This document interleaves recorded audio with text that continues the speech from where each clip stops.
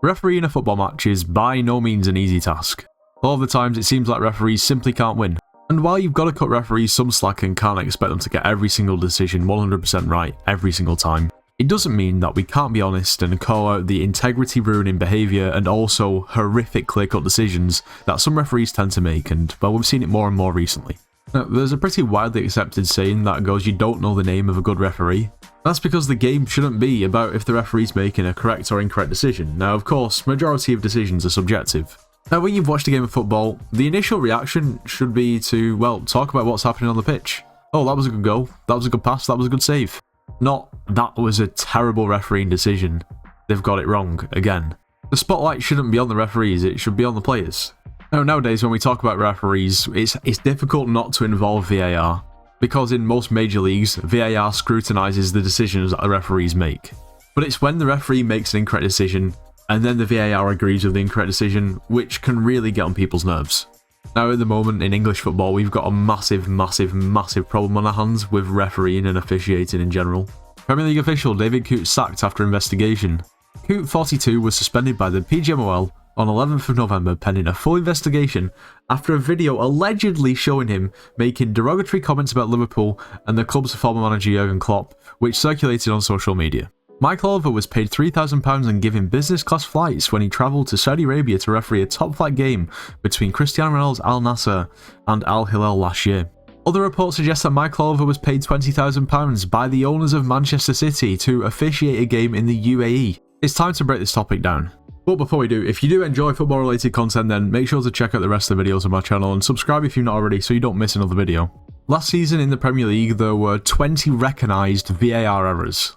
However, don't be fooled, there was many more that were just not recognised. Now, of course, bad VAR decisions aren't the same as bad initial refereeing decisions. The whole point of having VAR in football is to reduce mistakes. However, somehow it seems like there's more mistakes with VAR than there is without. Especially over the past couple of seasons, some of the initial refereeing decisions have been absolutely horrific. You know, some of those bad decisions have been caught by VAR, and some have kind of infuriated people even more because they've still not been changed. It makes very little sense to me how two referees can look at the same thing and still come up with as what's mostly perceived as an incorrect decision. I think what the most frustrating thing is for fans watching the game is it's okay if a referee misses something. It's okay if a referee misses something and then a VAR check is done in the background and it's rectified. But sometimes there's some really clear-cut things that are never even looked at, and it's just baffling. Not only that, a massive flaw with VAR is the fact that they can't intervene with yellow cards. Now, they can intervene if the referee is given a yellow card but they think it should have been a straight red. But they can't intervene if it's a second yellow and somebody gets sent off basically wrongfully. If you remember back to last season when Tottenham played against Liverpool, against the Tottenham Hotspur Stadium, Tottenham scored a very late winner, but in that game, Luis Diaz got wrongly ruled offside, and then VAR basically got mixed up and thought that they'd awarded the goal when they actually hadn't, because they didn't understand what the initial decision was on the pitch. In that same game, Diogo Jota got sent off for a second yellow card, and that second yellow card was like, there was clear there was no contact and it was a dive, but they couldn't intervene because it was a second yellow card. But somebody still got sent off, so that needs to be rectified. You know, VAR need to be able to intervene with second yellow cards. If they're able to upgrade a yellow to a red, why are they not able to say you've sent him off incorrectly? And do they still even go by the clear and obvious sort of quote? Is that still a thing? Because sometimes it seems like, you know, VAR is way too eager to get involved on something that doesn't even need to be looked at. And other times, clear and obvious things are completely and utterly missed. Just kind of think, what is going on? VAR is a whole other issue, but let's focus on referees. As I mentioned before, David Coote, I'm sure you've heard of him, referee sacked by the PGMOL not long ago with immediate effect. And absolutely rightly so. The main thing that you have to worry about as a referee is, before you even think about the rules of the game, is your integrity. Are you able to be unbiased? Are you going to allow personal vendettas interfere with the decisions you make on the pitch? For those of you who don't know what's happened, this kind of sums it up pretty well. Saturday, November the 9th, Coote referees Liverpool 2, Aston Villa 0. Fine. Monday, November the 11th, An unverified video of Coot making derogatory comments about Liverpool and their former manager Jurgen Klopp circulates on social media. November the 11th, PGML suspends Coot and launches an investigation. Tuesday, November the 12th, FA begins own investigation into Coot video. Thursday, November the 14th, PGMOL aware of a new video appearing to show Coot snorting a white powder while reportedly working at Euro 2024. Monday, December the 9th, Coot sacked by PGMOL. Now, if there's any way to completely and utterly ruin the reputation and integrity of refereeing in the English Premier League, you've gone ahead and done it, you absolute idiot.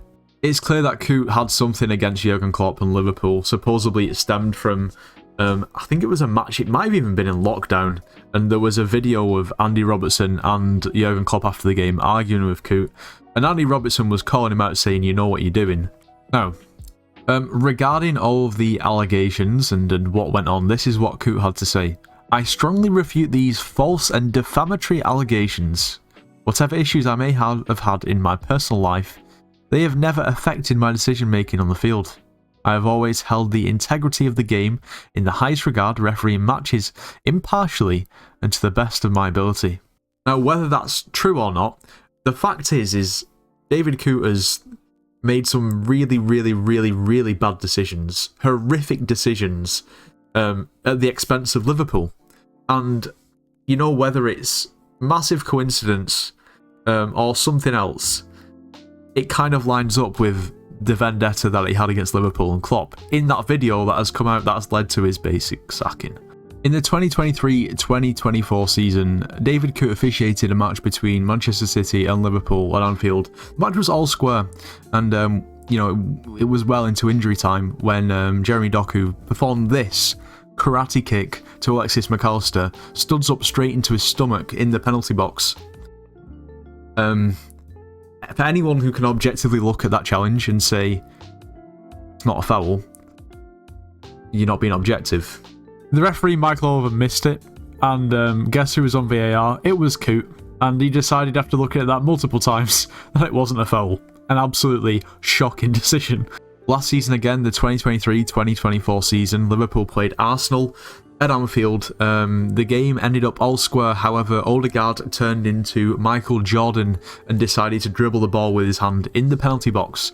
Well, that's not, obviously that's not a penalty, that's just, you know, you can use your hand in football. VAR took a lengthy look at this. I'll just let you have a guess who was on VAR for that one, who came to the decision of no penalty. I don't think I need to say the name. I could go on and on, but they're the most high-profile mistakes, well, I say mistakes, maybe intentional mistakes that he's made at the expense of Liverpool. And it's difficult to say that regardless of if he claims and, you know, he refutes these allegations of being impartial, you know, if you've got a vendetta against someone, and if you've got what you think is a 50-50 challenge, regardless of how impartial you are, you're not impartial. That instinct to, you know, if it truly is a 50-50, it's never going to go in favour, you know, of the team that you don't like. So for him to come out and say that he refutes the allegations of being impartial, to me, is just a load of rubbish. It can't be true. It's impossible. If you've been caught out this badly, surely you just apologise, take it on the chin, you know, understand you're not going to be a referee anymore, and move on and do something else. It's not a good look for the Premier League, it's not a good look for the referees, it's not a good look for him, it's not a good look for anyone. Now, it's not a good look when the first thing that appears when you type in Michael Oliver on Google is Michael Oliver Man City. It's not a good look. Now, in September 2023, Michael Oliver was flown over to the UAE to officiate a match with 3 other Premier League referees where he was paid £20,000. Accommodation, travel, all included, and the person paying the bills was, well, the owner of Manchester City. Yeah. Once again, just like Coot, a real integrity move. Now, once again, it's a conflict of interest, and it really makes it difficult to be impartial. Realistically, Michael Oliver shouldn't be able to referee Manchester City games. So just to quickly set the scene again, Michael Oliver has been paid £20,000 to go and referee a game, which is way more than he gets paid to referee each game in the Premier League. All of his travel was paid for in first class, all of his accommodation was paid for. Given this amazing experience flying to the Middle East, But the next weekend, can you really expect him to referee Manchester City and be impartial when there's a 50-50 decision? The answer's no. And to be honest, I've not even scratched the surface on actual bad referees. In the 2024 Euros, I know people from Germany who were saying, you know, this is going to be good as long as we don't have Anthony Taylor refereeing us. I know the Premier League is watched worldwide, but for fans of other countries to be specifically saying that they don't want this English referee to be refereeing them, you know how bad the situation really is. And I feel like that Anthony Taylor gets so much abuse anyway. Because he makes so many bad decisions, there's not really any point in going into this any further. Mentioned this a few times now, football's subjective.